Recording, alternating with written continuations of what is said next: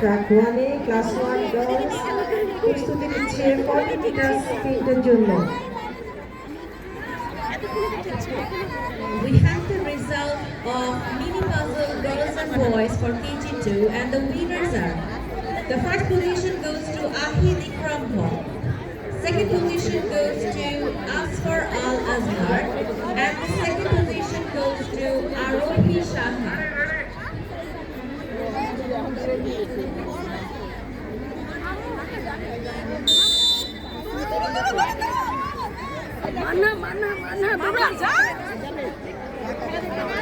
এই মাত্র শেষ হলো class 1 girls 40 metre sprint track 1। কিছুক্ষণের মধ্যে আমরা আমাদের ফলাফল পেয়ে যাব।